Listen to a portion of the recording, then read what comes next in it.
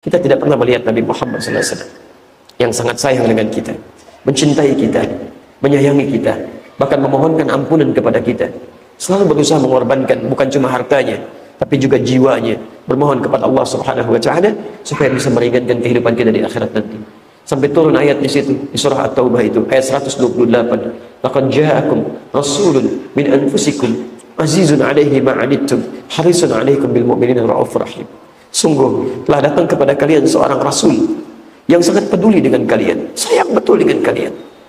Kalau bisa beban kalian pun akan dimintakan oleh beliau untuk diangkat oleh Allah Subhanahu wa Ta'ala.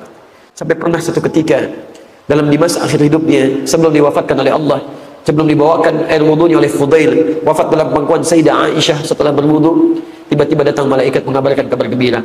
Ya Rasulullah, Anda diberikan kabar gembira bahwa seluruh rasa sakit yang akan dialami oleh umat manusia, 74 rasa sakit dalam sakaratul maut akan diangkat oleh Allah Subhanahu wa Ta'ala. Dan itu fitrah bagi para nabi, fitrah. Ya. Para nabi itu enggak diinformasikan pun pasti akan dicabut, dipanggil oleh Allah dalam keadaan yang paling indah, tidak akan merasakan sakit. Tapi kalimat ini menjadi informasi kepada Nabi Muhammad SAW bahwa tidak semua orang bisa merasakan kenikmatan itu.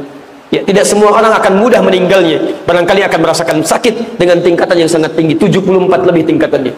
Anda tahu apa jawaban Muhammad SAW? Beliau bermohon kepada Allah, ya Allah, kalaulah diperkenankan, mohon timpakan saja 74 rasa sakit itu kepada hamba saat ini. Timpakan saja seluruh 74 rasa sakit yang akan dialami umatku kelak dalam sakaratul mautnya. Timpakan kepada hamba saat ini, supaya mereka tidak merasakan sakaratul maut lagi saat meninggal dunia. Ya Allah, kalau Engkau memperkenankan, mohon timpakan seluruh rasa sakit yang akan dialami umatku saat sakaratul maut nanti. Timpakan kepadaku sekarang, supaya mereka tidak mengalaminya lagi saat sakaratul maut nanti. Muhammad sallallahu alaihi wasallam yang mencintai kita, mengorbankan dirinya, nyawanya, bahkan hartanya, segalanya hanya untuk mendapatkan kemudahan bagi umatnya. Maka Masya Allah, sangat rugi kalau kita tidak berjumpa dengan Rasulullah SAW di akhirat nanti. Sangat rugi kalau kita tidak menatap wajahnya. Sangat rugi kalau kita tidak mendengar kalimatnya. Sangat rugi kalau kita tidak melihat senyumannya. Di dunia tidak berjumpa, di akhirat tidak mampu menatapnya. Bertobatlah kepada Allah, sadari dosa-dosa Anda, mohon ampunan kepada Allah, dan mudah-mudahan termasuk Anda dalam golongan orang yang terima tobatnya, meningkatkan amal soleh, taat kepada Rasulnya, dan dimasukkan ke dalam surga dan tetangga Anda para nabi. Masya Allah.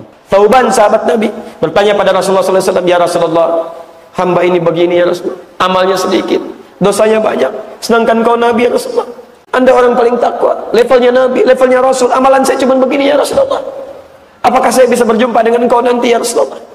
Masya Allah. Apa kata Nabi? Nabi diam, turun Quran. Surah keempat itu, An-Nisa ayat 69. Wa may yuti'illaha war rasula fa ulaika ma'al ladzina an'ama Allahu 'alaihim minan nabiyyin was-siddiqin wasyuhada was-salihin. Masya Allah. Dan orang-orang yang mau menaati Allah, kemudian mau menaati Rasulnya, maka kami akan jamin, kata Allah, mereka akan masuk surga, tidak akan pernah dipisahkan bahkan dengan para nabi.